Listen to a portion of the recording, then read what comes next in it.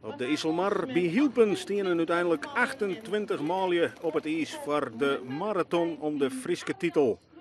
1 uur en 5 ronden. De rondjes binnen 1400 meter en de grote favorieten komen vanzelfs uit de BAM-ploeg. Bob de Vries, Jorrit Bergsma, Arjan Stroetinga en Willem Hut. En die man die zullen ik van het begin gewoon het peloton onvieren. Het is mooi ijs, de omstandigheden binnen ijs ideaal en er wordt verschorende hut rijden. En dus tinnet het peloton aardig hut uit.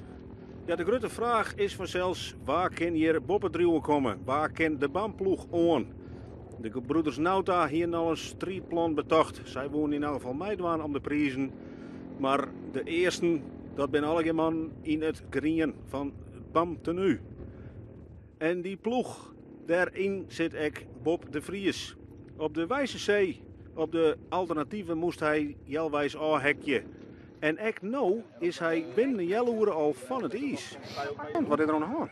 Ja, dat was niet de bedoeling. Ik ben wel geblesseerd aan mijn knie en een beetje door een overbelaste pees is het eigenlijk. En nou ja, de laatste week allemaal 100 en 200 kilometer wedstrijden, dat wordt eigenlijk steeds wat erger. En ik dacht dat het eigenlijk de goede kant op ging, maar het speelde toch weer op. Dus ja, toen heb ik me besloten om te stoppen. Linker knibbel. Ja, dus, het komt alles slecht, maar we hadden natuurreis komt er helemaal slecht uit natuurlijk. Dus ik hoop nog dat het een beetje de goede kant op wil, want zo gaat schaatsen niet zo geweldig. Had je hem niet uit willen rijden? Nou, nee, daar geef ik op dit moment even niet zoveel om. Ik heb net een grote vierkamp gereden en het is nu voor mij een zaak om 2 weken niet te gek te doen. En gewoon weer fit aan de start te staan in Moskou over 2 weken. Dus, Het zou kunnen dat er voor die tijd hier nog een ander wedstrijdje is, hè? Over 200 kilometer. Kriebelt dat bij jou? ja, zeker. Zou je daaraan mee kunnen en willen doen? Absoluut.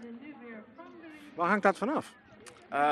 Ja, nou, ik zou graag hebben dat het dan na het WK georganiseerd werd. Ja, dat zou het mooiste zijn, maar ja, als het nou volgende week maandag is. Ik denk dat ik dan meedoe. Ted-Jan Bloemen, Nederlands kampioen allround. Hek het dus echt hier aan. En sjocht dat Arjan Stroetinga en Jorrit Bergsma, die laatste is titelverdediger, alleenig ervan teruggaan. En de beide mannen die bouwen een voorsprong op. Die houden het tempo heel heeg en de rest kan alleen nog maar op eerbiedige afstand volgen.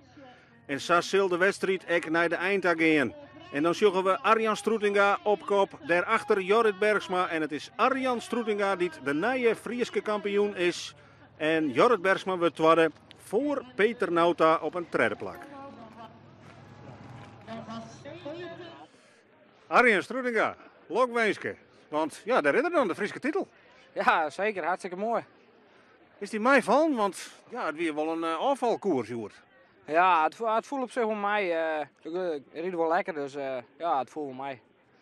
Ja, net iedereen had de finish hellen, door wel, maar die ploegmaat. Maar dan mag hij op de onderling even uitvechten. Ja, maar we wonen ik net. We kwamen er helemaal hier de hek niet rijden, zeg maar. Dus nou, het is wel goed zo. Brons maximaal? Ja, denk ik wel. Ja, die jongens krijgen nog een stapje hoger natuurlijk. Maar ja, wie weet, Elfstedentocht kan iedereen winnen volgens mij. Goud en zilver, dat ligt erop.